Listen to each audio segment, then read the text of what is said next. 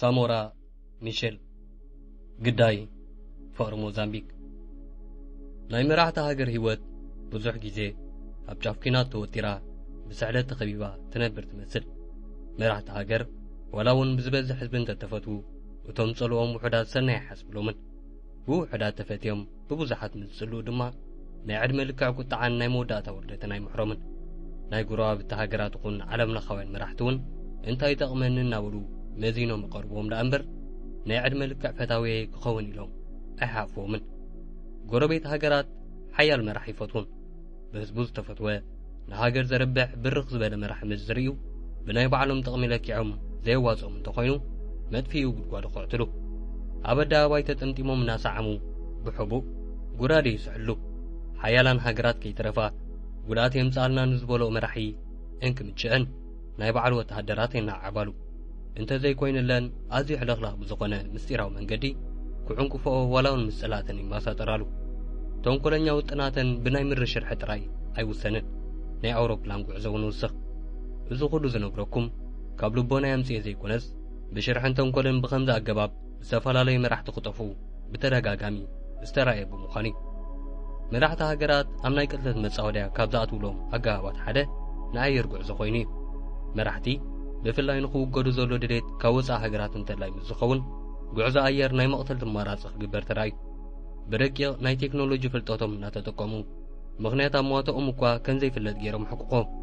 ناي باكستان جنرال محمد زياد الحق ناي دوب سودان جونغران كمون ناي لوم زعبانا سامورا ميشيل اب غعزا اوروبلان تقتلهم كوم إلو تنقماوتهم كسابلهم بنصر كي تفلته تدبس بيسو ترفه سلازي دما انقوات مراحتي ناي بررا غعزهم مستيراو زقبرو قدمو نوراروم كاب نويح معالتاتات حيزو زقعزولا نفاريت عمريتن كلا طبق حلوان كوزصرن قبرلا ناي بررا وجلا اب لعلت مراح زلو مرقصن عامنون بدقيق صنع اذا عينتا سرارحا حيالان زبهلا هاجرات كي ترفه زتقمالو ميلاي بريزيدنت سامورا ميشيل ولا كو حزبن تفتو ناي كبابيو هاجرات سنن زنا خسالو خنمو فتاوين صلاين كيفله ويون ناي دحنت حلو تقيفلوتو بحصير تقوصي بريزيدنت سامورا ميشيل كملسي ابزبولو بزوص ترفه مبزحتهم تولت موزامبيك نسترخبهم بفصم سمناي قدم مرحيهم كلعلكم يحلفون بريزيدنت يقتلهم إلهم يترخو جبنا ناب كوينيرو إنا بولو دما يوسخو ناي قدم ناي مجمريا بريزيدنت موزامبيك نبر سامورا ميشيل كابزو موت 19 تقمتي 36 عموت مدى قل بعينهم زي رأيو عشلات كي ترفه كساب لومي منايتهم قبرو ناي موزامبيك كبري ناي موزامبيك كرعات مخانو بزي ترطريو قعلو سامورا ميشيل بتقاتل تطوللتات كمسغونو خبزو خالو وحدات مراح ترتا زلف خونكيلي ناي قدم ناي موزامبيك مراحي سامورا ميشيل هاجرو كم ناي بورتغال مغزاتاو سرعات نملقا طبنجات عاتيقو وتهدرا سلفو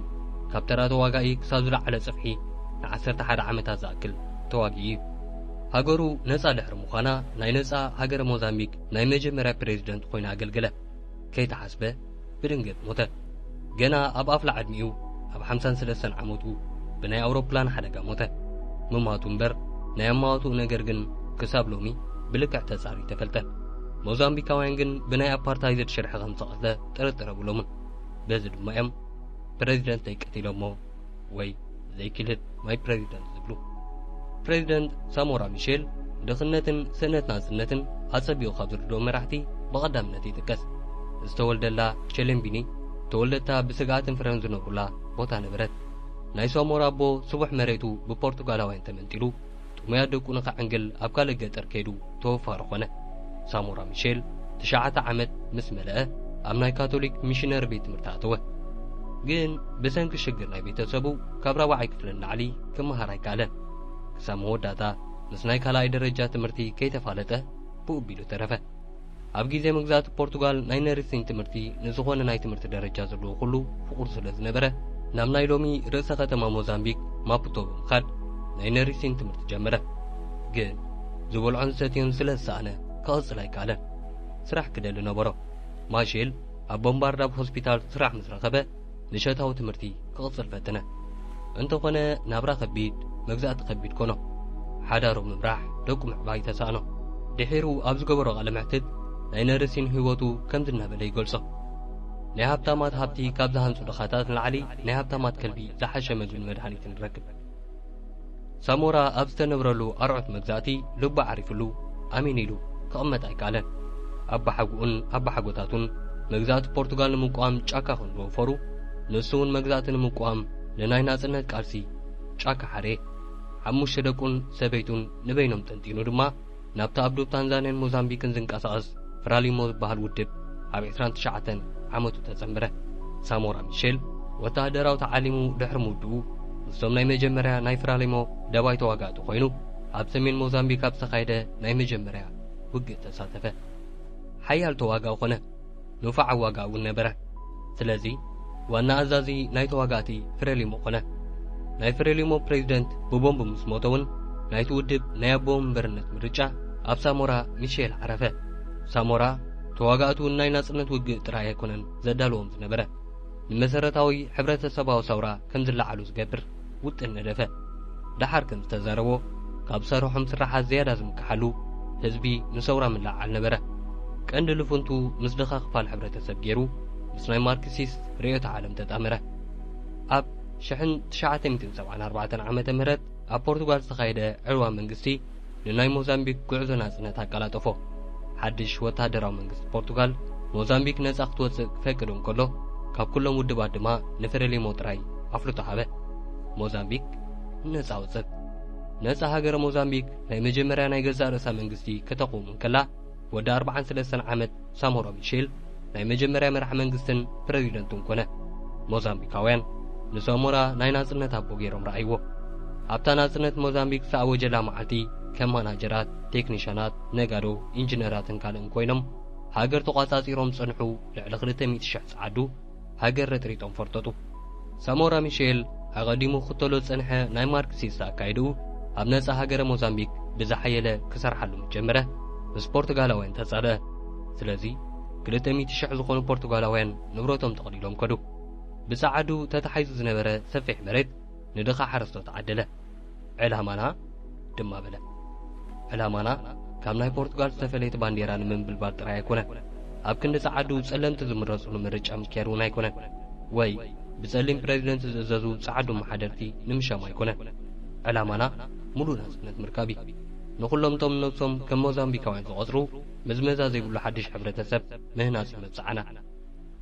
በዚ ልክዕ ንተቃውምቲ ንምስማዕ ድሌት ዘይብሉ ኮይኑ ተረኽበ ብስም ሶሻሊዝም ጸግዕ ዝሓዙ ኩሎም መንግስታት ከም ዝገብርዎ ንዝተቃውምዎ ኩሎም ክቐትል ጀመረ ዝተቃውምዎ ናይ ውድ ፍሬሊሞ ኣባላት ከይተረፈ ናብ ማእሰርትን መቕተልትን ኣብጽሖም ሰውራ ኩሉ ግዜ ፈታዊ ደመያ ይበሃል እሞ ሳሞራ ሚሼል እውን ዕሽር ደም ንሰውራ ኣኽፈለ ኣብ ዘመነ ስልጣን ሳሞራ ኣብ ገጠራት ሞዛምቢክ ቤት ትምህርትታት ክሊኒካት ወዘተ ናይ ምህናጽ ስራሕ ተጀሚሩ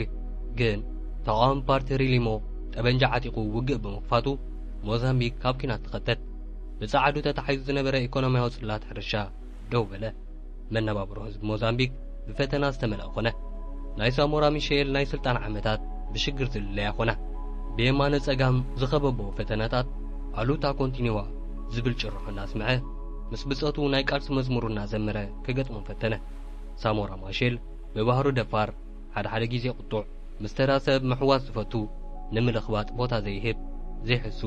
ደረቐኛን ዘይዋላውልን ከም ዝነበረ ይንገረሉ ሃገሩ ሞዛምቢክ ነጻ ብምውጻእ ጥራይ በቃ ኢሉ ዝዓርፍ ሰብ እውን ኣይነበረ ንናይ ዚምባብዌ ናይ ናጽነት ተዋጋእቲ ሞዛምቢክ ዋልቶኦም ነበረት ንናይ ደቡብ ኣፍሪቃዊ ሃገራዊ ባይቶ ANC ናይ ሞዛምቢክ ሳሞራ ሚሼል ይዕጣቂኦምን ኣሰልጣኒኦምን ነበረ ሳሞራ ሚሼል ልዑል ናይ መደረን ምልዓዓልን ሓይሊ ዘለዎ ምዃኑ ይንገረሉ ኣብ ቅድሚ ህዝቢ ኮይኑ ወይ ኣብ ኣኼባ ተቐሚጡ ክዛረብ ልዕለ ባህራዊ ሓይሊ ዘለዎ ክሳብ ዝመስል የፍዝዝ ዝበሃል ዘረብኡ ሓይለ ቃል ወስዑ ብርን ሰማይን ዘላግብ ዝመስል ድምፂ ኢዱ እናዋናጨፈ ኣጻብዑ እናዋዛወዘንን ክዛረብ ተሰማዕነት ነበሮ ሳሞራ እናሰሓቐ እንተተዛረበ እውን መረርቲ ቃላቱ ዓጽሚ ዝወግኡ ይኾኑ ተቖጢዑ እንተተዛረበ ድማ ብደውካ ይሕድሩ መቸ ሳሞራ ደው ኢሉ ወላ ኮፍ ኢሉ እንተተዛረበ የእዳው ብፍጹም ኣይዓርፋን የእዳው ንሓንሳብ ንየማን ካልእ ግዜ ንጸጋም ደስ ክብሎ ሽብጡ እናንበረ የዘዋውረ ኣብ መንበር ተቐሚጡ ክዛረብ እውን የማነ ጸጋም ኣብ ዙርኡ የሽከርክር ሳሞራ ማለት ከምዚ ዓይነት ሰብ ነበረ ገለገለያቶም ናይ እንግሊዝ ተገዛእቲ ብምዃኖም ኩርዓት ተሰምዖም ምኽንያቱ እንግሊዝ ዝሰልጠነትን ዓብ ግዛት ዘለዋን እያ ኢሎም ስለ ዝሓስቡ ካልኦት ድማ ብፈረንሳይ ብምግዝኦም ዝበለጸ ዝተምሃሩን ዝሰልጠኑን ዝተረቓቑን ይመስሎም ኣነ ናይ ፖርቱጋል ተገዛእ ነበርኩ ፖርቱጋል ካብ ኤውሮጳ ዝደሓረት ሃገር ዋላ ትኹን ገዛኢት ምዃን ግን በቂዓ መግዛእቲ ኣብ ልዕሊ ሰብኣውነት ዝፍጸም በደል እዩ ሰብኣዊ ዝኾነ ገዛእ የለን ስለዚ ዴሞክራሲያዊ ዝኾነ ገዛእ የለን ዘይብስብስ ገዛእ የለን ይብል ነበረ በዝን ኸምዝን ናይ ደቡብ ኣፍሪካ ኣፓርታይድ መንግስቲ ከም ቀንዲ ጸላዩ ገይሩ ንሳሞራ ሚሼል ነኺሱ ሓዞ ብናይ ውሽጥን ናይ ደገን ጸላእቱ ተወጢሩ ናይ ሃገሩ ምዕባለ ከረጋግጽና ጸዓረ ን11 ዓመታት ኣብ ቃልሲ ጸንሐ ኣብ ወርሒ ጥቅምቲ 1987 ዓመተ ምህረት ንሳሞራ ሚሼል ስራሕ ዝበዝሓሉ ቅነ ነበረ ካብ መጀመርያ ጥቅምቲ ጀሚሩ ምስ ላዕለዎት ወታደራውያን ኣዘዝቱ ብልዑል ምስጢር ዝተታሕዘ ተኸታታሊ ኣኼባታት ከገብር ቀነ ኣብቲ ግዜቲ መፈንቀለ መንግስቲ ከይግበር ዝተጠረሉ ግዜ ስለ ዝነበረ ነቲ ኣኼባታት ፍሉይ ትኹረት ከም ዝወሃቦ ገይርዎ እዩ ኣኼባ ምስ ተወድአ ንላዕለዎት መኮንናት ኣብ ቤተ መንግስቱ ክብጃ ግበረ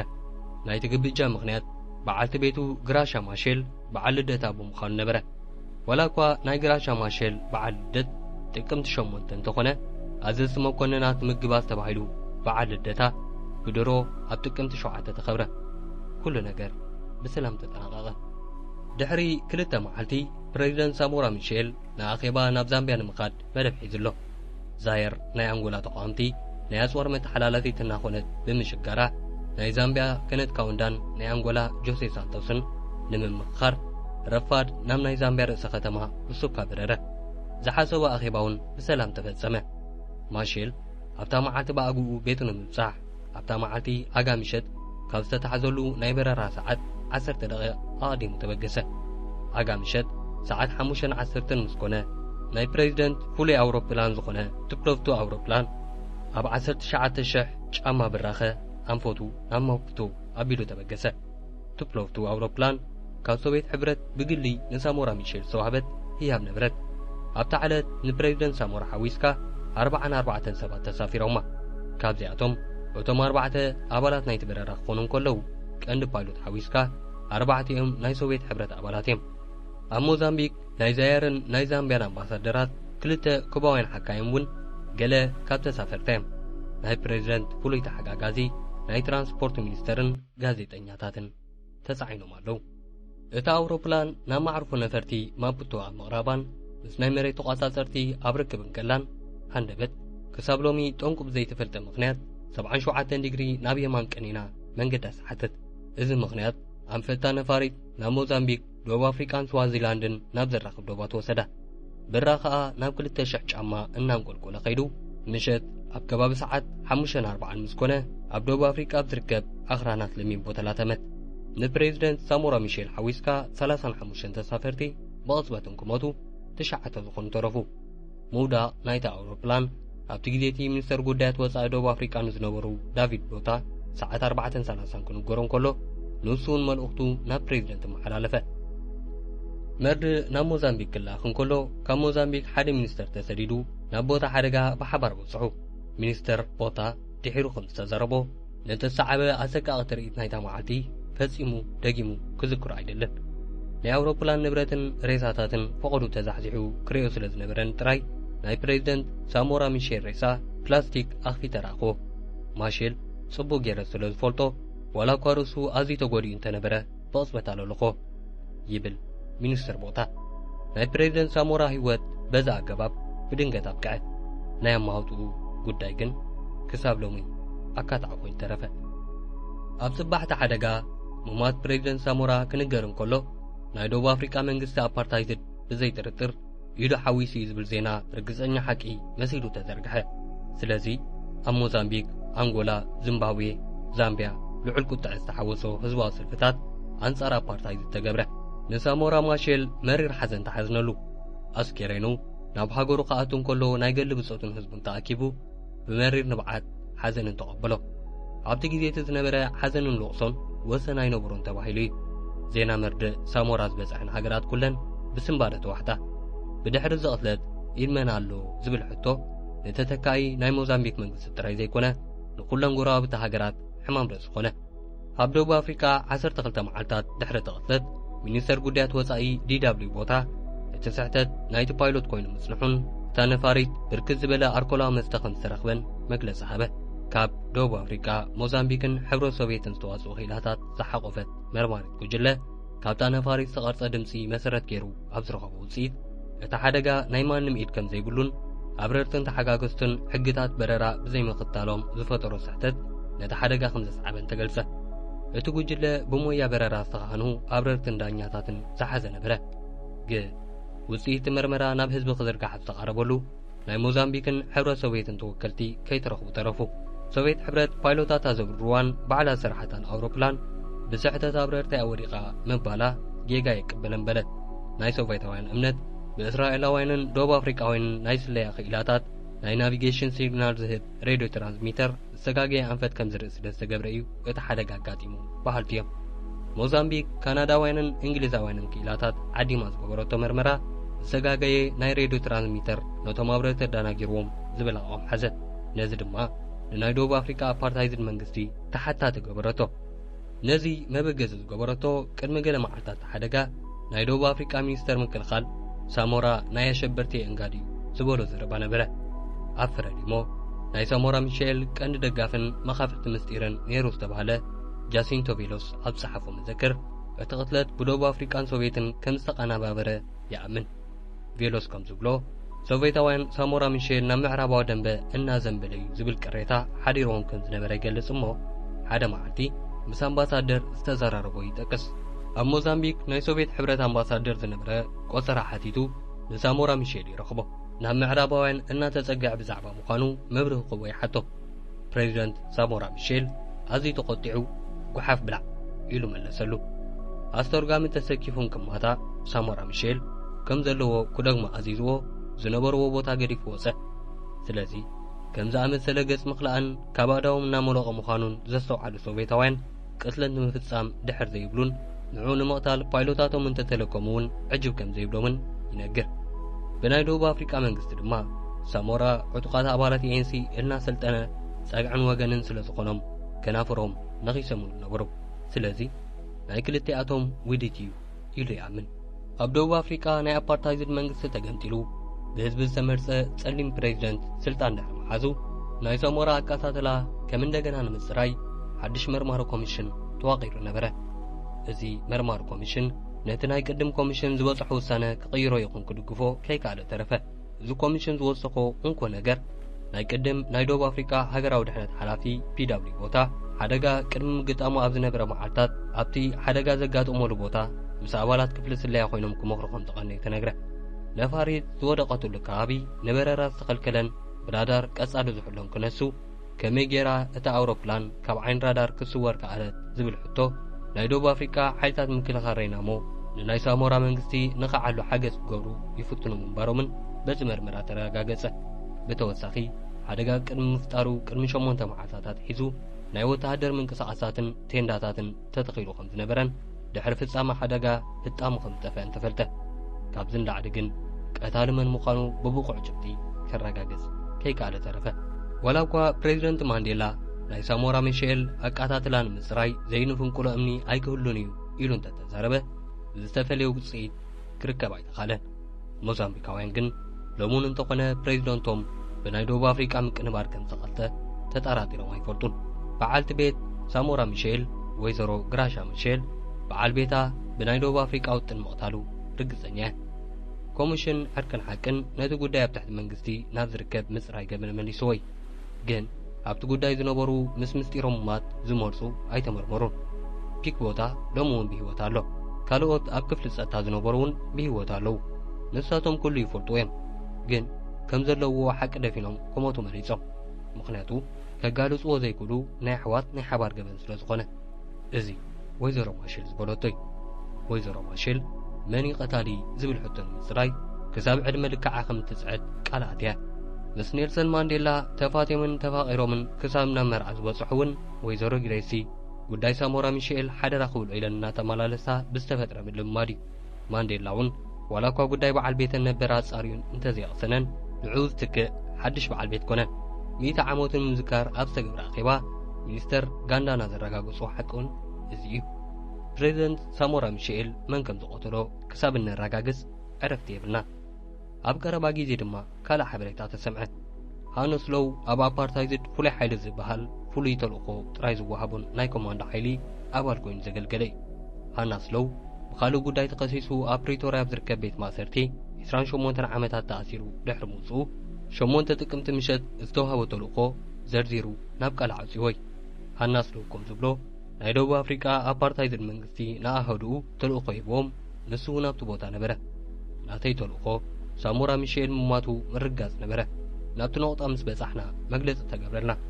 እቲ ዕላማ ሳሞራ ሚሼል ምዃኑን ኣውሮፕላኑ ምሸት ክትበጽሕ ትጽቢት ከም ዝግበረሉን ተነግረና።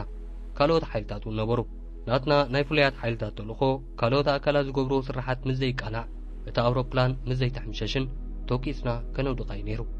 ኣውሮፕላን ድሕሪ ምውዳቓ ሳሞራ ሚሼል ምማቱ ረጋግጽና። ኣብ ቀረባና ናብ ዝነበረ ማዓስከር ተመለስና። እዚ ንኽዛረብ ማንም ኣይከፈለንን፣ ማንም ኣይፈራርሃንን። ንህዝቢ ነቲ ሓቂ ንኽፈልጦ ጥራይ እዩ። ዝተኸበረ ሰብ ኮይኑ ክመውት ስለ ዝደሊ እዩ ይብል ሳሞራ ሚሼል። ኣብ ሞዛምቢክ ብህይወት ካብ ዝነበረሉ ግዜ ንላዕሊ ሎሚ ዝያዳ ዝተኸብረ ክኾን በቒዑ እዩ። ጥቅምቲ 9 ዓመታዊ ብመራሕቲ ከይተረፈ ዝኽበር ዝኽሪ ይግበረሉ። ሓወልቲ ተሰሪሑሉ እዩ። ድልድል ተሰይሙሉ እዩ። እቲ ቀንዲ ነገር ግን ሳሞራ ብዝጀመሮ መንገዲ ዝተከእዎ መራሕቲ ጠንኪሮም